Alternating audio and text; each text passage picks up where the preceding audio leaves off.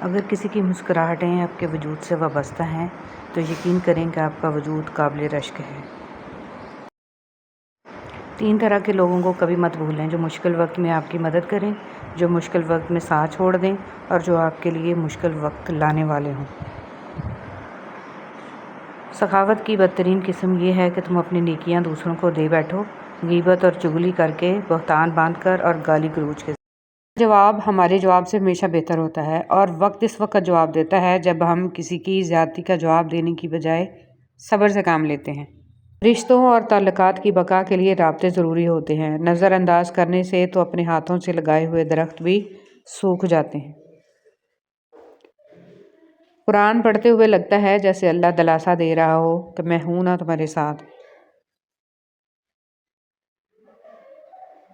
تعلقات کو ٹھیک کرنے میں وقت ضائع نہ کریں، بلکہ خود کو معاشی طور پر ٹھیک کریں، تعلقات خود بخود ٹھیک ہو جائیں گے۔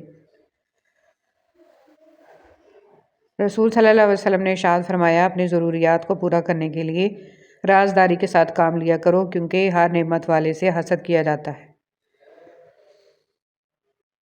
کچھ لوگ بھی بڑے عجیب ہوتے ہیں، ان کو جتنا بھی اپنا سمجھو لیکن وہ ہمیشہ لوگ ہی رہتے ہیں۔ فجر کا سجدہ تھا، چاند آنسو تھے، دل کی باتیں تھیں اور دل کا خالق تھا جو کن کا مالک تھا۔ بہت پرسکون ملاقات تھی جو رب کے ساتھ تھی۔ اپنی دعا قبول ہوتے دیکھنا دنیا کا خوبصورت ترین احساس ہے۔ ضرور قبول ہوگی تمہاری دعائیں، یہ وعدہ ہے اللہ کا۔ اللہ تمہاری بہتری کے لیے تاخیر ضرور کرتا ہے لیکن وہ بھولتا نہیں۔ اس بے چین دنیا میں اگر کوئی سکون میں ہے تو یقیناً اس کا تعلق اللہ سے ہے۔ یہ بات معنی نہیں رکھتی کہ آپ کتنی زبانیں سمجھ سکتے ہو، صرف دل کو سمجھنا ہی آپ کو اہم بناتا ہے۔ مولانا جلال الدین رومی رحمۃ اللہ علیہ۔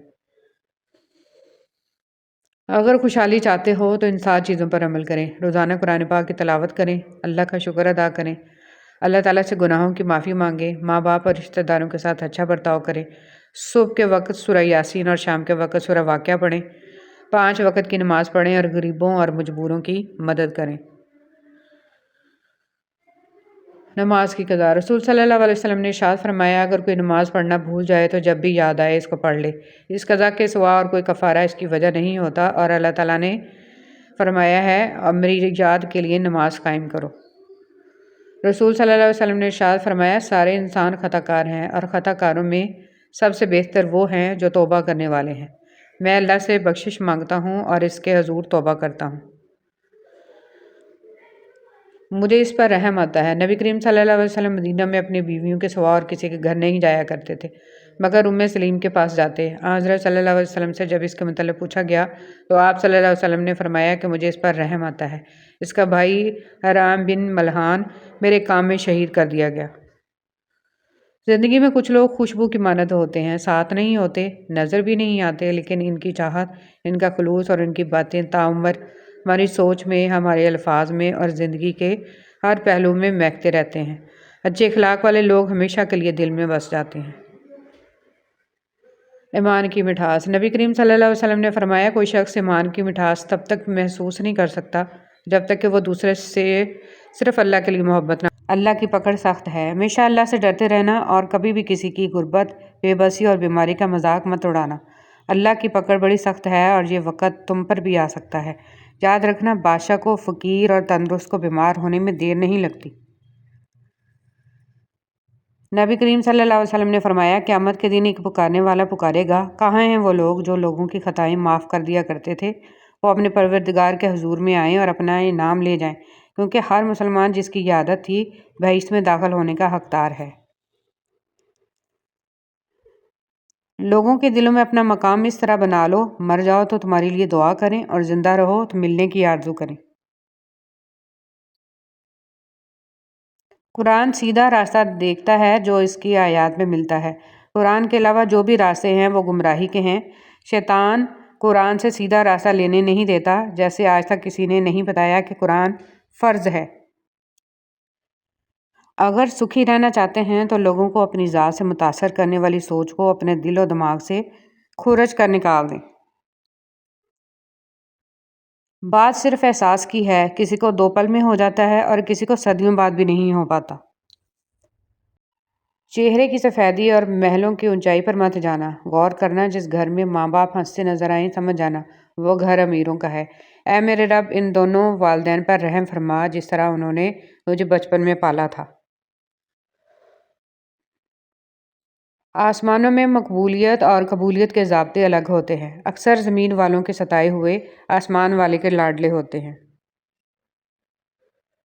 ہر منفی خیال سے دوستی رکھنے سے معذرت کر لیجیے اور ہر مثبت خیال کو ہر قیمت پر اپنا دوست بنا لیجیے۔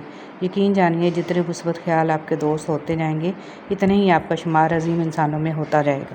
میں نے معراج کی شب آپ صلی اللہ علیہ وسلم سے ارشاد فرمایا، جو ٹوٹے ہوئے دلوں کو جوڑ دے اس کو جنت میں بھیجنا مجھ پر لازم ہو جاتا ہے۔ صبر آ جائے تو پھر کچھ بھی کھو جانے کا تکلیف نہیں ہوتی، دل بس شکر کا ورد کرتا ہے۔ نفس وہ بھوکا کتا ہے جو انسان سے غلط کام کروانے کے لیے اس وقت تک بھونکتا رہتا ہے جب تک وہ غلط کام نہ کروا لے، اور جب انسان وہ کام کر لیتا ہے تو یہ کتا سو جاتا ہے، لیکن سونے سے پہلے ضمیر کو جگا جاتا ہے۔ رشتے کبھی قدرتی موت نہیں مرتے، ان کو ہمیشہ انسان ہی قتل کرتا ہے، کبھی نفرت سے، کبھی نظر اندازی سے اور کبھی غلط فہمی سے۔ ایک آدمی دھوپ میں 8 گھنٹے مزدوری کر سکتا ہے لیکن پنکھے کے نیچے کھڑے ہو کے 2 رکعت نماز نہیں پڑھ سکتا۔ وجہ کیا ہے؟ جسم مضبوط ہے، روح کمزور ہے۔ سچائی کے راستے پر چلتے ہوئے اگر اکیلے رہ جاؤ تو مایوس مت ہونا، کیونکہ اکیلا سورج ہی اندھیرے کو روشنی میں بدل دیتا ہے۔ احساس کے رشتے دستک کے محتاج نہیں ہوتے، یہ ایک خوشبو ہے جو بند دروازوں سے بھی گزر جاتی ہے۔ خود سے کمزور کے ساتھ کیا جانے والا سلوک ہی انسان کا اصل اخلاق ہوتا ہے۔ دوسروں کو چھوٹا، کمتر، نیچ، برا ثابت کرنے سے آج تک کوئی عظیم نہیں بن سکا۔ کسی کا پردہ رکھنے میں ہی عظمت اور بڑائی ہے۔ بہترین تعلق کی سب سے بڑی خاصیت یہ ہے کہ وہ آپ سے اختلاف اور ناراضگی کے باوجود آپ کا خیال رکھنا اور فکر کرنا نہیں چھوڑتا۔